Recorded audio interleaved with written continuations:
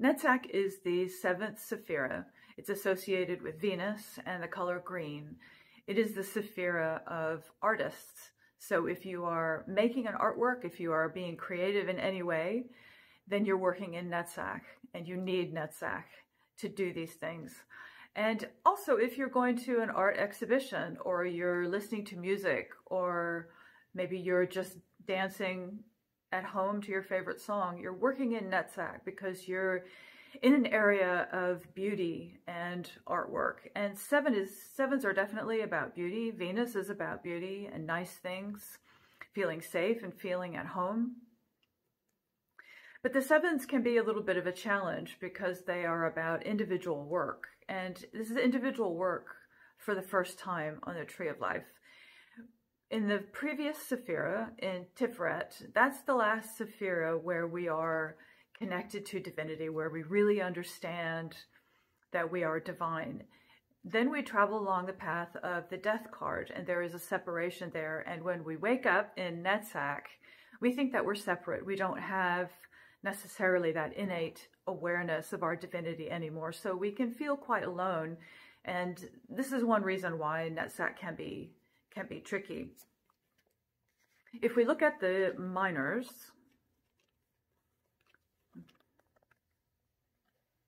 you can see that they all involve individual work.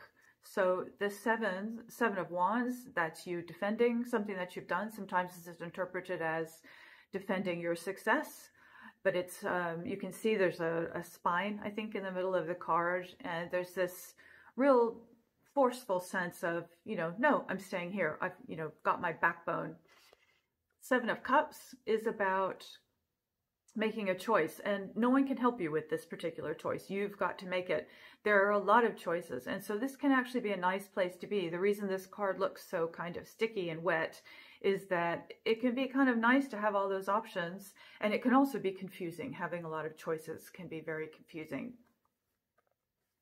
The Seven of Swords is about making decisions, but it's about making the same decision again and again, and nothing changes. So this card is called futility. So you have to know, the trick in all of these cards is to know when you have to change your behavior. So when do you stop defending things? When do you actually just have to make a choice? Just choose something and move forward. When do you have to stop trying? When do you have to get out of this cycle of thinking because nothing is changing? And with this Seven of Discs, if you think of the man in the Rider-Waite-Smith Seven of Pentacles, and he's waiting patiently for things to flower, well, he has to know when to harvest things, when to pick things, because if you wait too long, then everything will just rot. And it's only him. It's in his experience, his mind, whatever he is using to make that decision, his creativity, maybe his instinct. You have to make these decisions on your own. And that, we can see that in coming down from Tiferet, and now we are separate. And so it can feel kind of lonely.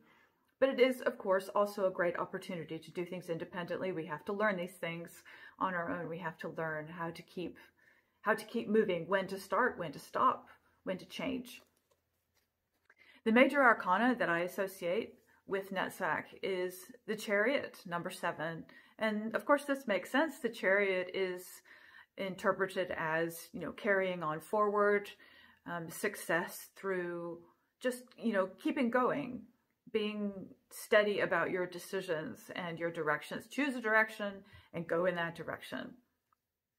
As a lot of the Thoth cards you can see with the minors here, they don't look very nice, particularly the Seven of Cups and the Seven of Discs. Nobody really likes to get those cards because they look awful. And they're called things like debauch and failure.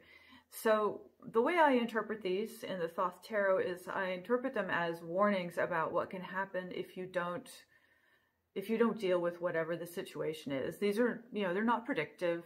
They look like it, and it's hard not to read them as predictive cards because that's what they say and that's what they look like. But I really think this is a heads up from Crowley saying, this is what can happen And that's why Netzach can be such kind of a risky Sephira to be in, because it is a nice place to be. It's Venus, and Venus is beautiful, and there are nice things about having a lot of choices, having a lot of wine around.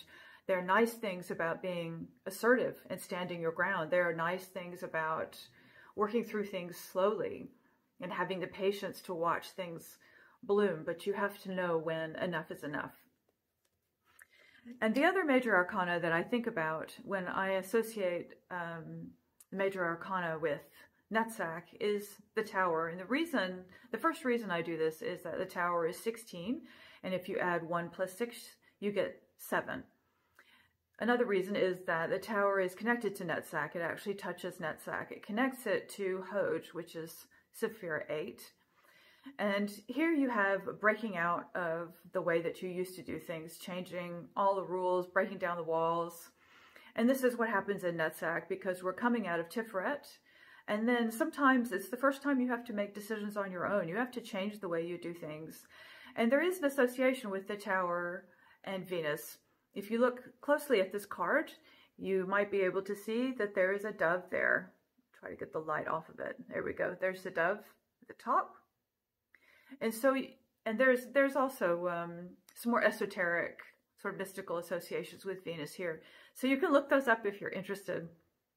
But it is, I think, very interesting to think about this in the context of the card and maybe the kind of revolutionary work that artists do when they are in Netzach. So I hope that was interesting. Let me know if you have any comments or questions, and I'll see you in the next video.